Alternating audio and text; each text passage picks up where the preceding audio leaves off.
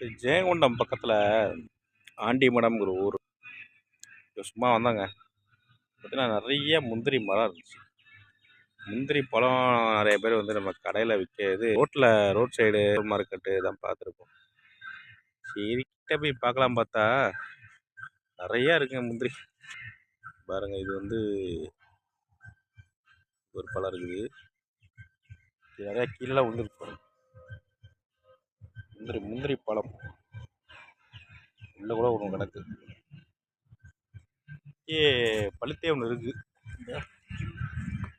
முந்திரி பழம்.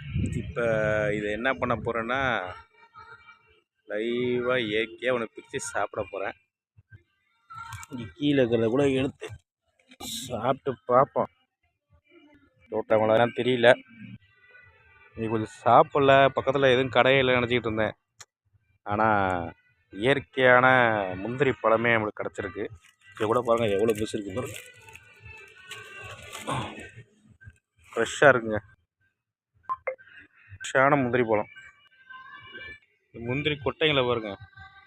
முந்திரி கொட்டைன்னு சொல்லுவோமே, முந்திரி பாருங்க. முந்திரி காய் தோட்டத்துக்காரங்க யாரும் வரதுக்கு முன்னாடி இந்த இடத்த விட்டு எஸ்கேப் போயிடணும். ஃபுல்லாகவே முந்திரி மரம் தான். இது கூட பாருங்கள் அவ்வளோ இருக்குது பாருங்கள். நிறையா இருக்குது முந்திரி காய். பக்கத்துலேயே இருக்குது, யாரும் பெருசு சாப்பிட மாட்டாங்க போல இருக்குது.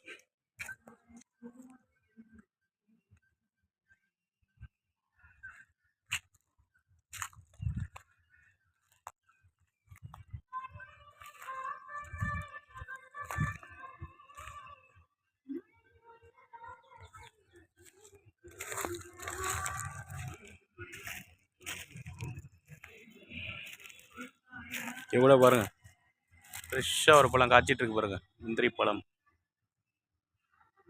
கீழே நிறைய உளுந்து கிடக்குங்க. பிரிக்க மாட்டாங்க போல இருக்கு. வேஸ்ட்டாக கீழே உளுந்து கிடக்கு நிறையா. பிச்சுட்டு போய் சேல்ஸ் பண்ணால் கூட பரவாயில்ல.